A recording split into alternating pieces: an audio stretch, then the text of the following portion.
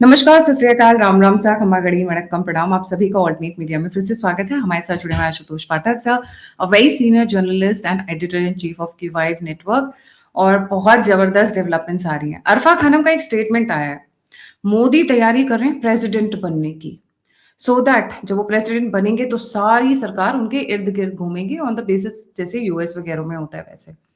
और फिर राजदीप सरदेसाई बेचारे बड़े परेशान, आज स्टेटमेंट पे स्टेटमेंट दे रहे हैं कि शाह सारी पार्टीज को तोड़ रहे हैं।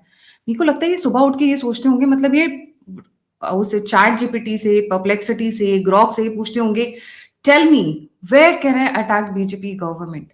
तो वहां से कुछ एक वो रिटोरिक सा आता होगा, मशीन वाला जो रिस्पॉन्स आता है कि you can probably attack on these particular areas. तो फिर चालू हो जाते हैं। सर ये सारे के सारे जितने भी ये लेफ्ट वाले हैं, इतना रोना धोना क्यों मचा है? अब वो एमपी एमएलए को शाह थोड़ी ना खरीद के लेकर आ रहे हैं, शाह थोड़ी ना तोड़ कर लेकर आ रहे हैं। वो खुद अपना भविष्य देखने के लिए मुड़ रहे हैं। वैसे सर राजदीप सरदेसाई ने कहा क्या है, और अरफा खानम के बारे में बात करेंगे।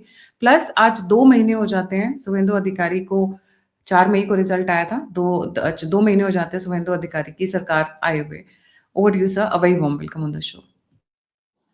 Thank you very much Gayatri ji, बहुत बहुत आभार आपका। आपने बहुत ही इम्पोर्टेंट विषय पे आपने मुझे आमंत्रित किया है, इसके लिए बहुत बहुत आभार। गायत्री जी,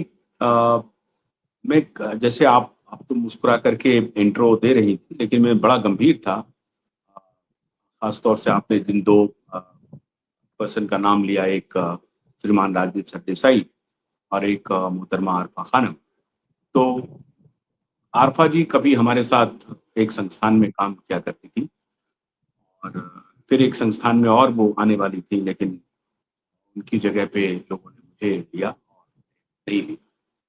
तो वो मेरे से जूनियर ही होंगी या मेरे समकक्ष ही होंगी, मुझे पता नहीं है एग्जैक्टली। तो उनको मैं जानता हूँ, वो भी जानती होंगी। ऐसा नहीं है, लेकिन हम लोग साथ में बहुत कम दिन काम किए थे, उसके बाद वो छोड़ करके एनडीटीवी चले गए। श्रीमान जो राजदीप जी हैं, उनके बारे में मैं ज्यादा जिक्र करूंगा। और आज मैं कहीं एक और चीज मैं देख रहा था, ये जो पैटर्न है, ये अमेरिका में बड़ा खेल चल रहा है गायत्री जी, और उसका इम्पैक्ट भारत पे हो रहा है। और ये सभी उसी इकोसिस्टम के पार्ट है।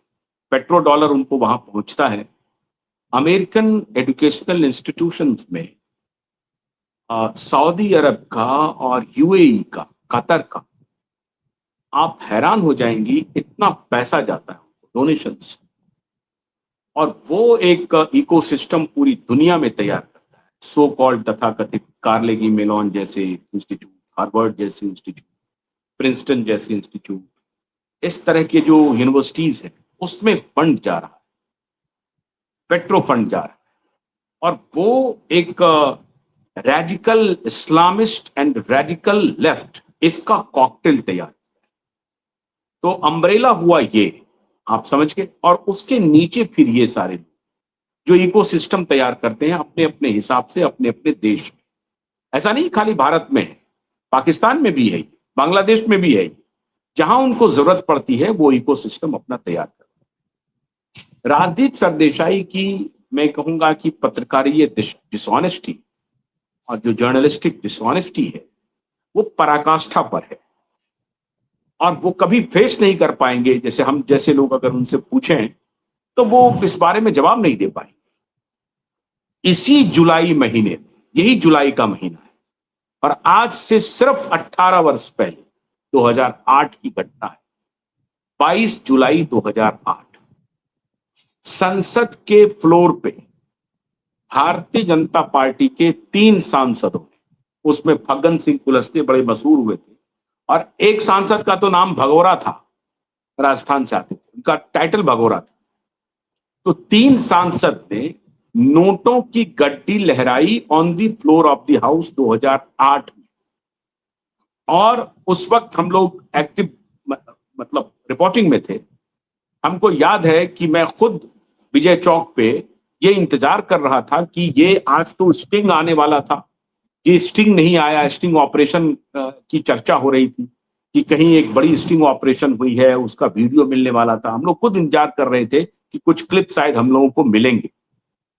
भारतीय जनता पार्टी के बड़े बड़े नेता और बड़े नेता क्या, अब तो गुजर गए, श्रीमान अरुण जेटली जी प्रतीक्षा कर रहे थे कि वो वीडियो क्लिप, स्टिंग का क्लिप आज टेलीविजन पे चलेगा और वो क्लिप हम लोगों को मिले।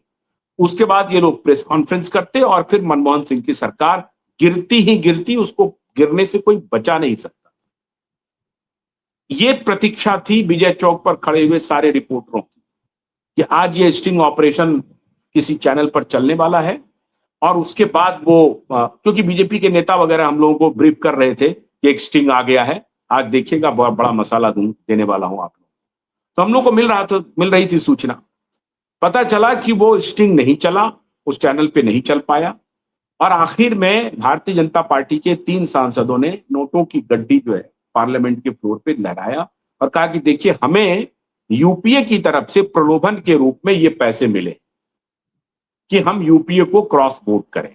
इशू था न्यूक्लियर डील का अमेरिका और भारत के बीच, कि इस मुद्दे पे मुझे हम लोगों को पैसे दिए गए हैं और इसका मैं सबूत सीधे संसद में लाया।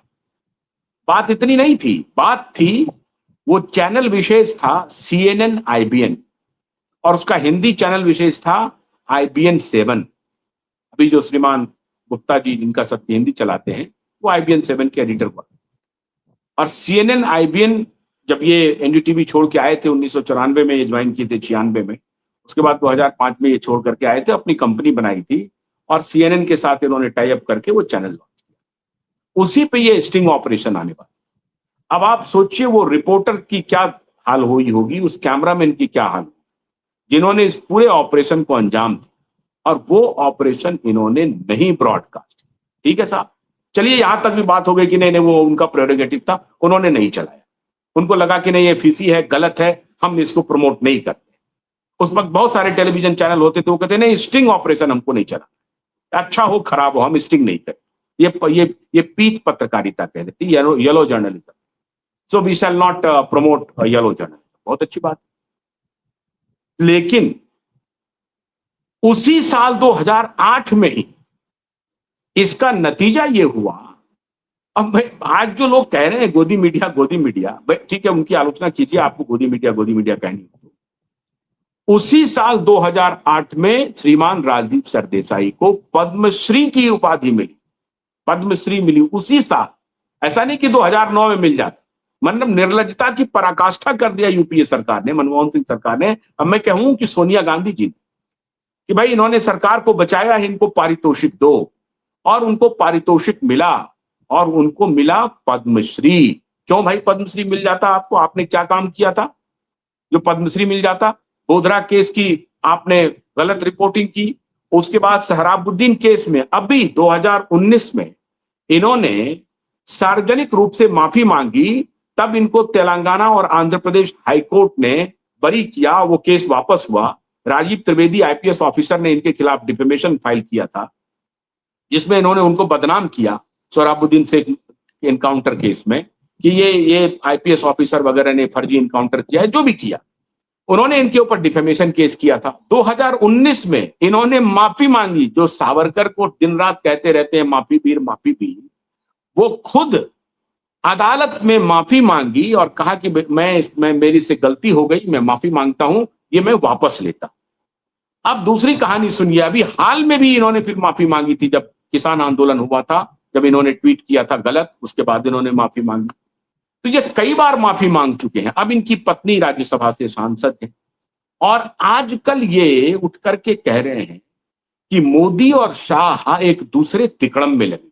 क्या तिकड़म है? क्योंकि ये 303 से 240 पे आ गए अपने तय, और ये फिर एक लैम डक गवर्नमेंट है। आप ये लंगड़ी सरकार है और ये बाजुओं पे टिकी हुई है, 2 बाजुओं पे, चंद्रबाबू नायडू और नीतीश कुमार के। अब वो तो उससे भी हटना चाहते हैं, इन दोनों को भी पजामे में रखना चाहते हैं। और दूसरा कि अगर नहीं हम डायरेक्ट जीत पाए तो इनडायरेक्ट हम अपने तरफ समर्थन जुटा रहे हैं। अब ये इनको 293 तो था ही, पिछले बार जब परिसीमन और वुमेन आरक्षण बिल पर, रिजर्वेशन बिल पे आया था, तो 293 इनके समर्थन में आया था। इनको चाहिए 360। तो ये 367 का जुगाड़ कर रहे हैं और इसके लिए ये हजारों करोड़ रुपए फेंकेंगे, जोड़ तोड़ करेंगे। अब वो दिन गए जो एक वोट से वाजपेयी जी की सरकार चली गई थी, अब ये मोदी साहब। अच्छा, अब आप सुनिए भाई, टीएमसी से जो सांसद टूटे तो क्या बीजेपी में आए? उन्होंने अलग पार्टी बनाई। जो एमएलए टूटे बीजेपी में आए, वो उन्होंने अलग गुट बनाया, उनको वहां के लोक विधानसभा स्पीकर ने मान्यता दी। यहां जब वो लोकसभा में 20 सांसद आए तो उनको विधान लोकसभा के स्पीकर ने मान्यता दी और वो अलग पार्टी बनी, यूनिट अलग है, वो बीजेपी में शामिल नहीं। अच्छा, शिवसेना उद्धव के सांसद टूटे तो बीजेपी में आए, वो गए कहां पर? एकनाथ शिंदे के साथ। अभी विधायक जो टूट के आ रहे हैं वो भी बीजेपी में नहीं आ रहे हैं। शिवसेना उद्धव के विधायक भी टूटेंगे, 14 विधायक की चर्चा चल रही है, बात लगभग फाइनल स्टेज में। वो विधायक भी टूट करके आएंगे तो वो एकनाथ शिंदे के साथ आ रहे हैं। बीजेपी ना 3 में है ना 13 में है। पार्टी जो टूटने वाले हैं वो स्वयं टूट रहे हैं। उनको कोई कान में जाकर के मंत्र नहीं फूक रहा है कि तुम टूट जाओ, तुमको तो अमित शाह बुला रहे हैं और फलना बुला। अच्छा, मान लीजिए कि गायत्री जी, आपको अमित शाह जी बुलाएं कि मैं आज आपको पूरे देश का ब्रॉडकास्टिंग मिनिस्टर बनाने जा रहा, तो आप चले जाइएगा? आप सोचिएगा ना, विचार कीजिएगा कि भाई इसमें हमारा नुकसान है कि नफा है, क्या है? लोभी होइएगा तो आप जाइएगा। जाना तो आपकी गलती है ना, क्या अमित शाह की गलती है? अमित शाह की गलती है? भाई आपको बुलाया उन्होंने, मान लीजिए, हम एक पल के लिए कहते हैं कि मान लिया कि बुलाया, गए तो आप अपने मन से ना, आप नकार भी सकते थे कि नहीं साहब मैं नहीं जाऊंगा, मैं नहीं जाऊंगी, मैं खुश हूं, मुझे ब्रॉडकास्टिंग मिनिस्टर नहीं बनना है, मुझे बंगले नहीं चाहिए, मुझे हीरे जवाहरात नहीं चाहिए, मुझे आपके पैसे नहीं चाहिए, मुझे कुछ नहीं चाहिए, मैं चाहता। लेकिन अगर आप जाती हैं इसका मतलब आप लोभी हैं। तो ये जितने नेता टूट के आए हैं, मैं एक पल के लिए मान लेता हूं कि मोदी और शाह ने सबको बुला लिया, सबको पैसा फेंक दिया, हजारों करोड़। अरे तो पैसा फेंकने वाला दोषी है कि वो जाने वाला लोभी दोषी है? उसके लोभ पर चर्चा क्यों नहीं हो रही है? उस पर चर्चा हो ही नहीं रही है, उस पर चर्चा हो ही नहीं रही है कि लोभ पर चर्चा।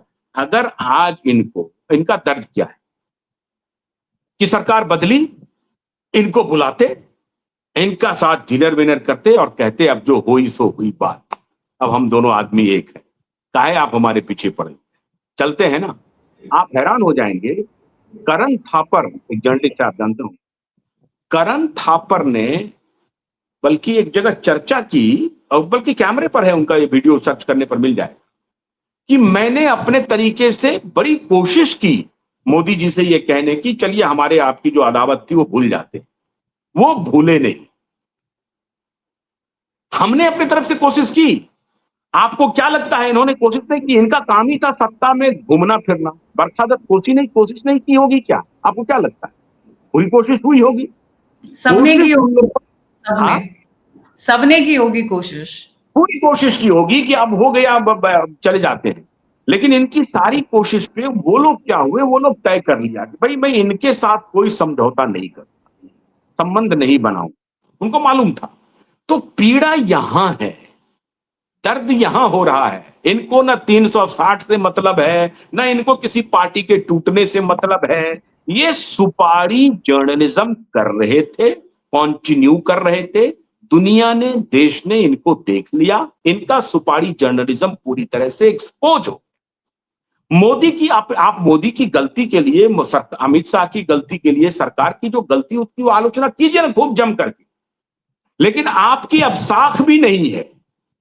हम लोग आलोचना करते हैं, कोई बात होती है तो हम लोग, राम मंदिर में चोरी हुई, हमने क्या स्टोरी नहीं किया? आपने चोरी नहीं, आप स्टोरी नहीं की।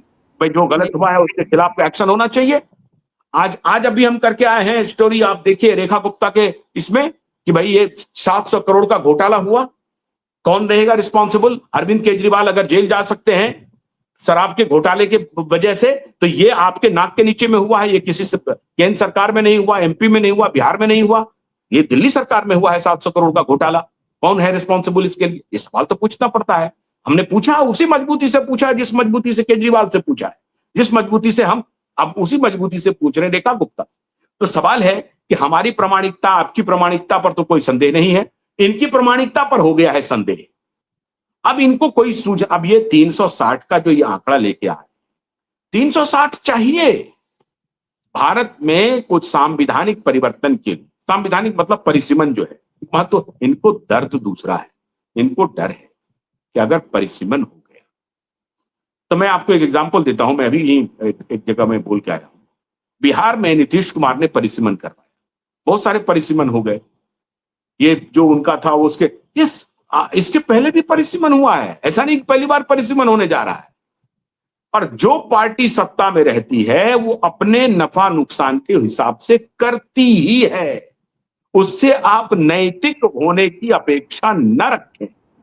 तो ये समझिए कि उसमें सन्निहित है कि अगर परिसीमन होता है तो मोदी और शाह कोशिश करेंगे कि हमारी पार्टी का जहां स्ट्रांग होल्ड हो वो कॉन्स्टिट्यूंसी हमारे में आ जाए, जहां भी थोड़ा थिन लाइन हो वो उसमें हमारे में आ जाए, वो उधर न चले जाए। वो तो सभी तो करते हैं, इंदिरा गांधी ने नहीं किया था क्या? सभी ने किया है। सभी ने किया था। तो इसमें इनको क्या आपत्ति हो रही है? इनकी परेशानी ये है, डर है कि अब तो यहां अब ये कह रहे हैं कि इलेक्शन कमीशन को कब्जे में कर लिया। पश्चिम बंगाल में इलेक्शन कमीशन को कब्जे में कर लिया, तमिलनाडु में नहीं किया। ऐसा धूर्तता, ऐसा आर्गुमेंट कहीं सुना है आपने? ये तो राजदीप सरदेसाई की बात हो गई है। अरफा खानम गुगली क्यों छोड़ रही हैं कि मोदी प्रेसिडेंट बनने की तैयारी कर रहे हैं और जो इंडियन सिस्टम पूरा है वो प्रेसिडेंशियल फॉर्म ऑफ गवर्नमेंट पे चला जाएगा। देखिए, इसके लिए उनको पैसे मिल रहे हैं। अच्छा। आप उनको पैसे मिले हैं, अभी वो 15 करोड़ कमा करके शायद लौटी। अब ये सोशल मीडिया पे चल रहा है। कहाँ से कमा तो के लौटी है सर? अभी अमेरिका में कौन सी यूनिवर्सिटी है जिसमें वो डॉक्टर डॉक्टर भट्टाचार्य थे, वो दूसरे थे, लेकिन वो बहुत नामी विश्वविद्यालय है। उसमें एक जॉन राइट करके एक फेलोशिप होता है। तो अच्छा। जॉन राइट फेलोशिप में भारत से हर साल एक आध दो जर्नलिस्ट को ले जाते हैं। बेसिकली वो सीआईए का फ्रंट है, घोषित फ्रंट। यहाँ से इस तरह के पत्रकारों को ले जाते हैं जो रेडिकल इस्लाम, लेफ्ट, लेनियंसी, इस तरह की पत्रकारिता को आगे बढ़े, जिसमें तौबा करे। अब ये खुलेआम कहती है आरफा खानम की मुसलमान मर गया, यहाँ पे साथ खत्म हो गया, मुसलमान को मार दिया, मुसलमान न 3 में है न 13 में है, खत्म हो, मुसलमान को इन्होंने समुद्र में गिरा दिया, खुलेआम कहती है बेशरम होकर। तो ये कहने के लिए उनको वहां पर पैसा, अभी 9 महीने का वहां पर इनका ट्रेनिंग, और उसका जो रेम्यूनरेशन था वो लगभग 1.25 करोड़ के आसपास था प्रति माह। तो 15 करोड़ रुपया ये कमा करके वहां से लौटी है जी। आपको अचंबा तो लगा? इससे ये तो न्यूज तो डेली डाल रही थी, वायर के ऊपर इनके वीडियोस तो आ ही रहे थे, ये मतलब वहां से डाल रही थी ये? हाँ, वहां से डाल रही थी। अरे कहाँ, पूरी दुनिया में कहीं से आप डाल लीजिए, वो क्या कोई खास बात थोड़ी है। तो 9 महीने वो वहां पर बिता करके आई, वहां से पैसे कमा करके आई हैं यही काम के लिए। लेकिन अब क्या है कि बुद्धि भी चाहिए ना। ठीक है, मान लीजिए कि अभी प्रेसिडेंट के लिए नाम चल रहा है राजनाथ सिंह जी का। राजनाथ सिंह जी की हो सकती है कि रक्षा मंत्रालय से अगर वो कन्विंस हो जाते हैं, इस तरह की बात है, उनका बेटा उनको लखनऊ से उनको दिया जा रहा है, और राजनाथ सिंह को ये मनाया जा रहा है कि राजनाथ सिंह जी वो चले जाएं, प्रेसिडेंट बन जाएं, और मोदी जी ताउम्र प्रधानमंत्री रहें। मतलब जब तक एनडीए सरकार में रहेगी तो मोदी जी प्रधानमंत्री रहेंगे। और डिप्टी पीएम बनाने की बात चल रही है, अमित शाह जी एलिवेट कर दिया जाएगा और फिर एक स्विफ्ट ट्रांजिशन हो जाएगा। अगर मोदी जी हटते हैं तो अमित शाह जी को जिम्मेदारी सौंप दी जाएगी। ये पार्टी का ब्रॉडर स्ट्रैटेजी होती है कि भाई कल को अगर कोई ऐसी स्थिति बने जिसमें मोदी जी को पद छोड़ना पड़े, तो ऐसी परिस्थिति में फिर कौन एलिवेट होकर के आगे आएंगे, तो आगे आएंगे। तो उसमें उनका नाम चल रहा है। अब ये सब खबरें वो ना लेकर के वो दूसरी कहानी बना रही है। वो बना रही हैं कि भारत चाइना के रास्ते पर जा रहा है, भारत पुतिन बन रहा है मोदी जी पुतिन होंगे और शी जिनपिंग हो जाएंगे, उसके बाद खत्म हो जाएगा अपोजिशन। जैसे रशिया में कोई अपोजिशन नहीं है, जैसे चाइना में कोई अपोजिशन नहीं है, वैसे भारत में हो जाएगा, अघोषित हो जाएगा। ये डरा रहे हैं। ये अपने एक बहुत बड़ी आबादी को डराने के लिए इनको पैसे मिले, तो यही डराने का काम है। इन्होंने बजाबता एक इंटरव्यू में देखा ना, आरिफ मोहम्मद खान मेरे मित्र हैं, उनको इंटरव्यू में कह रहे हैं कि आपको डर नहीं लगता है? तो बोला आप कहाँ जाना चाहती हैं? तो लीबिया जाना चाहते हैं, आप चले जाइए लीबिया, सीरिया। लीबिया के बारे में मैं आपको अभी एक वीडियो होगा तो मैं भेजूंगा। कनाडा में प्रोफेसर हैं आजकल, वो हार्वर्ड आ गए हैं। उन्होंने इस्लाम के बारे में बहुत जबरदस्त बात कही है कि दारुल हरब और दारुल इस्लाम। तो ये उनके बारे में उन्होंने बताया कि किस प्रकार से ये एक्सपेंशनिस्ट होते हैं। तो ये इनका एजेंडा कुछ और है। ये मोदी को डिक्टेटर, राष्ट्रपति और राष्ट्रपति नहीं बनाना है इनकी उनकी भूमिका है। ये छुप करके ये कहना चाहते हैं कि मोदी डिक्टेटर है। आप राष्ट्रपति तो वो लाते हैं कि डायरेक्ट कैसे कहें डिक्टेटर हैं। आप ये देखिए, तबलीन सिंह का एक बेटा है, तबलीन सिंह का बेटा जो टाइम्स में करस्पॉन्डेंट हुआ करता था। 2019 मई का स्टोरी है, मैं आपको भेजूंगा, अप्रैल का उनका स्टोरी है, most divisive prime minister of India, most divisive prime minister of India, और ये कवर स्टोरी है टाइम का। और लिखने वाले कौन है? उस हरियार जो है वो लिखने वाला है कौन? वो अमेरिका का नहीं है, वो तबलीन सिंह का बेटा है। 7 डेज मॉम उसको कहते हैं। मैं नहीं लगता है ना, आपने सही बोला। अरफा खानम गई हुई थी स्टैनफोर्ड यूनिवर्सिटी में, जर्नलिज्म का फेलोशिप मिला था इन्हें, बट नाइट फेलो काफी। तो इस वक्त लग रहा है सारे के सारे ये लेफ्ट विंग वाले, चाहे करण थापर हो, करण थापर की तो खैर दुकान ही बंद हो गई है मोर और लेस, देन राजदीप सरदेसाई हो, अरफा खानम हो, और जो भी देखिए करण थापर की तो स्थिति ये हो गई है कि करण थापर की तो कई जनरेशन की हिस्ट्री लोगों ने निकाली, कई जनरेशन हमने खुद निकाली हुई है। हाँ, करण थापर के पिताजी जो थे वो 1962 में जो एक हार हुई है उसमें वो सेनाध्यक्ष थे। तो एक हार जो हुई है वो समझ लीजिए ये है। रोमिला थापर उनकी बुआ है, रोमिला थापर उनकी बुआ हैं, और दीवान चंद उनके जो दादाजी थे उनका क्या रिलेशन था पाकिस्तान में, वो कहां से ऐसे आए। और इनका खुद इनकी दोस्त करण थापर जी की दोस्त थी बेनजीर भुट्टो ऑक्सफोर्ड में, दोनों एक ही साथ, ये लोग वहीं पर बीफ खाते थे साथ साथ। ये कैमरे पर कह रहे हैं beef is the best food for me. Beef के बारे में वो कहते हैं कि गाय का मांस जो है वो मुझे सबसे ज्यादा पसंद है। अब आप सोच लीजिए, ये है Karan Thapar. He was the brown sepoy left by Britishers. इनकी फैमिली पूरी जो लीनियज है वो एक ब्राउन सिपॉइस करके टर्म यूज करते हैं। वो अंग्रेज थे जिनके जो यहाँ के गद्दार थे वो उनके ब्राउन सिपॉइस थे। Sir, coming to the next part of our topic, क्योंकि 2 महीने हो गए हैं, आज 4 जुलाई है, 4 मई को रिजल्ट आया था। ममता की साइड पे बहुत सारी डेवलपमेंट्स आई हैं। आज तो ममता को एक और झटका लग गया है, टीएमसी की प्रेसिडेंट ही चुनने रिजाइन कर दिया है। जी,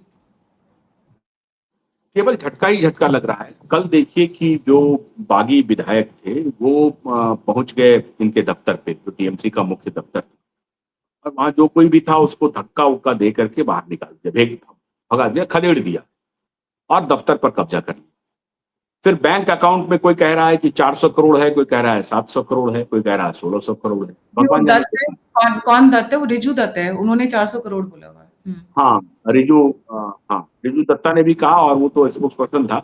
लेकिन अभी जो ऋतुव्रत बंदोपाध्याय है उन्होंने कहा है कि 476 करोड़ रुपए है। उसके लेकर के जो उनके पुराने खजांची हैं उन्होंने पत्र लिख दिया बैंक को कि आप अभी कोई निकासी नहीं कीजिएगा, उसको तत्काल प्रभाव से रोक लगा दी। अब बागी जो विधायक है वो कह रहे हैं जब पार्टी असली टीएमसी मेरी हो गई, इलेक्शन कमीशन हम उनको 1-2 दिन में बता देगा, जैसे एकनाथ शिंदे की पार्टी को कह दिया था कि हाँ असली शिवसेना आप हैं। तो जैसे ही इलेक्शन कमीशन की मुहर लगेगी, इनको जरूर कुछ ना कुछ आश्वासन मिला होगा जो दिल्ली आए थे मुलाकात करने। तो यहाँ से कोलकाता लौटने के बाद ही उनका एक्शन शुरू, कहा कि जब मैं असली टीएमसी मैं हूं तो पार्टी दफ्तर भी मेरा और बैंक अकाउंट भी मेरा। तो बैंक अकाउंट पर वो अगर इधर उधर करेंगे तो वो अदालत चले जाएंगे और वो कहेंगे कि साहब देखिए हमको चुनाव आयोग ने कह दिया है कि असली टीएमसी आप हैं, इसलिए इस खाते पर जिम्मेदारी हमारी। हालांकि उस खाते से बाकी इस पर रोक लग गई है, क्योंकि बागी विधायकों ने एक एप्लीकेशन लिख दिया है कि इस खाते में मनी लॉन्ड्रिंग के पैसे हैं और जो कट मनी आया है उसके पैसे हैं, इसकी जांच की जाए। तो ऑलरेडी वो खाता सील हो गया है, अभी खाता ऑपरेशनल नहीं है, उसको बंद कर दिया गया, उससे कोई एक पैसा भी निकासी नहीं हो सकती है, निकाला नहीं जाता। तो बैंक ने उस पर एक प्रकार से ऑर्डर हो गया है ये। लेकिन अब तब तक ये ऑर्डर हो गया और इधर इलेक्शन कमीशन से अगर इनको मिल गया कि भाई हम ही हैं असली स्टेक होल्डर, तो वो पुराने जो खजांची है वो बाहर हो जाएंगे और फिर ये सर्वे सर्वा है ना। तो अभी इसीलिए आप देखिए राम मंदिर के चढ़ावा चोरी पर इतनी चर्चा हो गई, लेकिन आपने राहुल गांधी का कोई वीडियो बाइट देखा है? नहीं सर, पर उसमें भी एक ब्रेकिंग न्यूज़ है, जो चोरी हुई है, वो हाँ। किस तरीके से एक वो उसको अलग स्टोरी मैं बाद में करूँगी, but hmm, coming back to Rahul Gandhi sir. जी। हाँ, राहुल गांधी का कोई ट्वीट नहीं आया, ममता बनर्जी का कोई ट्वीट नहीं आया, एक भी ट्वीट नहीं। इवन कि अखिलेश यादव ने जो जिसके ट्वीट के बाद, पोस्ट के बाद ये पूरा हंगामा हुआ, 7 दिन के अंदर में एसआईटी बनी, 7 जून को ब्रेक हुआ था, 13 जून को एसआईटी बन गई, और 10-15 दिन के बाद इंटरिम रिपोर्ट आ गई और इंक्वायरी और आगे बढ़। कहने का तात्पर्य है कि कांग्रेस पार्टी अटैक कर रही है, लेकिन राहुल गांधी एक भी ट्वीट नहीं कर रहे हैं। डर के आप मारे? समझे? डर के मारे, क्योंकि हुँ, उनकी साख बिल्कुल जा, जैसे ही वो कूदे कि पूरा सनातनी उनके ऊपर, ये पूरा उनको लगता है कि पूरा ये मुद्दा फिजल आउट हो, तो ये हुँ, हो गई है राहुल गांधी की साख, और यही सही। साख हो गई है ममता बनर्जी। तो राजनीति में साख बहुत मायने रखता है, और वही करेक्ट, पत्रकारिता में राजनीति की साख। राइट, सही कह रहे हैं सर आप। इसके साथ सर पिछले 2 महीनों में ताबड़तोड़ शुभेंदु अधिकारी ने बहुत फैसले लिए हैं। तो हम जस्ट ब्रीफली एक-एक लाइन अगर मेंशन करें, क्योंकि व्यूअर्स को पता होना चाहिए। देखिए 15 से मैं तो इसको 25-30 साल मानती हूँ। पहले कम्युनिस्ट एंड देन उसके बाद 15 साल ममता के। जो हुआ है, तो अब ये जो खुशी की खबर आ रही है, इसको तो बाँटना बनता है। Sir over to you. जी। अभी देखिए, दुर्गा दुर्गा ऑर्गेनाइजेशन स्क्वाड। का हुँ, दुर्गा स्क्वाड, हुँ, अब ये दुर्गा स्क्वाड बनेगा। आप देखिए कि पूर्वी उत्तर प्रदेश में जब योगी थे, तो हुँ, इनकी भी एक सेना थी, दुर्गा वाहिनी करके, या जो भी था वो। हुँ, अभी हुँ, बंगाल में महुआ मोइत्रा जैसे ही लंदन से लौटी नदिया हुँ, में, हुँ, इनके ऑफिस में कैसे अंडे और टमाटर की बरसात हुई है, ये किसी ने कल्पना नहीं। और वो नाटक कर रही थी, वीडियो बना रही थी, अभी वहां से आ गई लौट करके, एकदम बेहतरीन साड़ी में, एकदम डिजाइनर साड़ी में पहुंच गई है वो जंतर मंतर पे। और वहां लेकिन अपना काम करके आ गई कि देखिए हमारे ऊपर अंडे और डंडे चल रहे हैं, भाजपा ये कर रहे हैं। अवॉइड कर तो सकती थी ना, बट वो विक्टिम कार्ड खेलना था जानबूझ के अंडे अब डलवा विक्टिम के। कार्ड खेलना था, वो वीडियो बनाई, वो इस तरह से किया और वो हंगामा किया, लेकिन वो हुँ, विक्टिम कार्ड का कुछ होने वाला नहीं। हुँ, बंगाल की महिलाओं को सशक्त करने की जो एक योजना है शुभेंदु हुँ, अधिकारी देखिए, पिछले 8 दिन के अंदर में इतना तेजी से काम करने वाला मुख्यमंत्री तो आज तक हुआ ही नहीं, ऐसा मुझे लग रहा हुँ, है। सही बात। धड़ाधड़ निर्णय ले रहे हैं, धड़ाधड़, एक हुँ, मिनट का जाया नहीं कर रहे हैं ऊपर, हुँ, चाहे वो बॉर्डर का, जमीन का ट्रांसफर का हो, इतना बड़ा मामला हो। अभी देखिए कि रिजर्वेशन का, हुँ, अभी ओबीसी में इन्होंने बहुत सारी जातियों को भर दिया, उसमें हुँ, मुस्लिम जातियां भी। हुँ, अब उसको ढूंढ ढूंढ करके इन्होंने कहा कि निकालिए, तो 17% जो था रिजर्वेशन का जातियों का, हुँ, वो 7% पे आ गया, घट करके। हुँ, ये मामूली निर्णय नहीं है। हुँ। और उसके बाद अभी 1 लाख कुछ लाख नाम कटे हैं अभी, ये जो उसमें से राशन कार्ड और बर्थ घोटाले हुए। सर्टिफिकेट हाँ, बर्थ सर्टिफिकेट घोटाले में। सर्टिफिकेट में आप हुँ, देखिए कि उत्तराखंड में सरकार आई थी जब भाजपा की, तो हुँ, वहां लाखों की संख्या में, आप तो उत्तराखंड में रहती हैं, वहां लाखों की संख्या में फर्जी ये राशन कार्ड बने।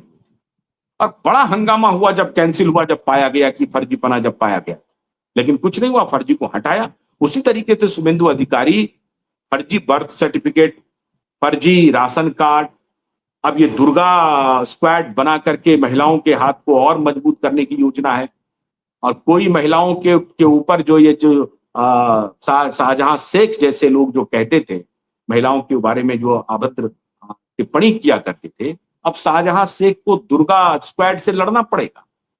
और ये शाहजहां शेख खाली अपने इलाके में नहीं थे, पूरे पश्चिम बंगाल में है। तो इसके लिए दुर्गा स्क्वाड सिर्फ नाम नहीं है, महिलाओं को एक मजबूती है, एक सशक्तिकरण है।